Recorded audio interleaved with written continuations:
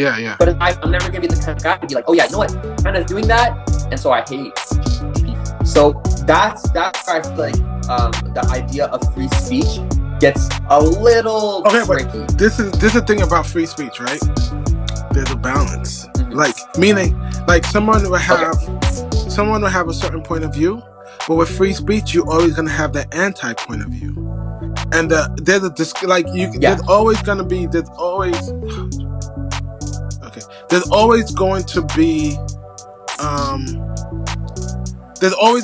like this fight to balance that. So it's not like Donald Trump's going to be like, we live in a country where you have free speech. There's a counter argument. There's a counter speech to that speech, right?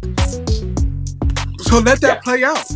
That's about a free society, a free market, as being able to trade goods. You know what a free economy is based on? People being able to trade goods based on, I have this, I'll sell you my shoes, you give me that, and we make a trade.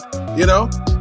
And a healthy economy is based on that free exchange of ideas and exchange of goods. And then you get a healthy economy, then you get a healthy system, then you get a healthy government, then you get a healthy whatever. What gets a system corrupt? Look at all these countries. What corrupts a system or a country is when they start limiting freedoms. When they start saying, you have to do it this way.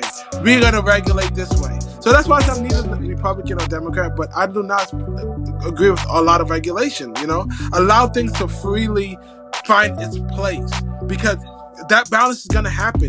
Donald Trump is not going to exist without voices like myself or other people with free men that's going to fight it, you know? They're not going to exist. It's just freely, you know? But you can't go in and say, you are not, government is not the bearer of good or bad. And I don't want the government telling me what's good or bad. Please save that. Save that for somebody else. Yeah. You don't know.